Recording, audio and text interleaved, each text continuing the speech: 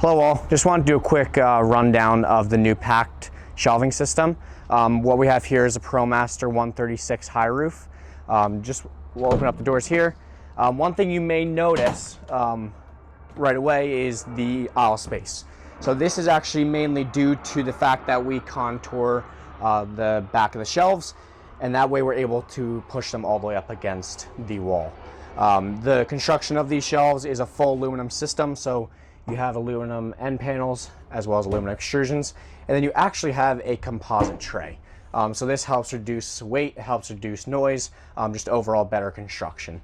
Just giving you an idea of how strong these are, you can really rock it and it will hold up to whatever your techs or yourself are putting on it.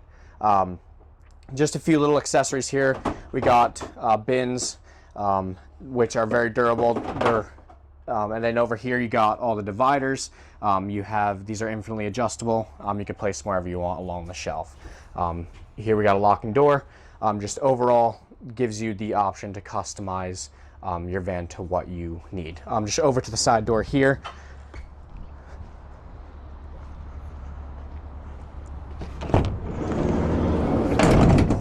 So here we got a aluminum contoured partition, and then here we have the jumbo tool drawer.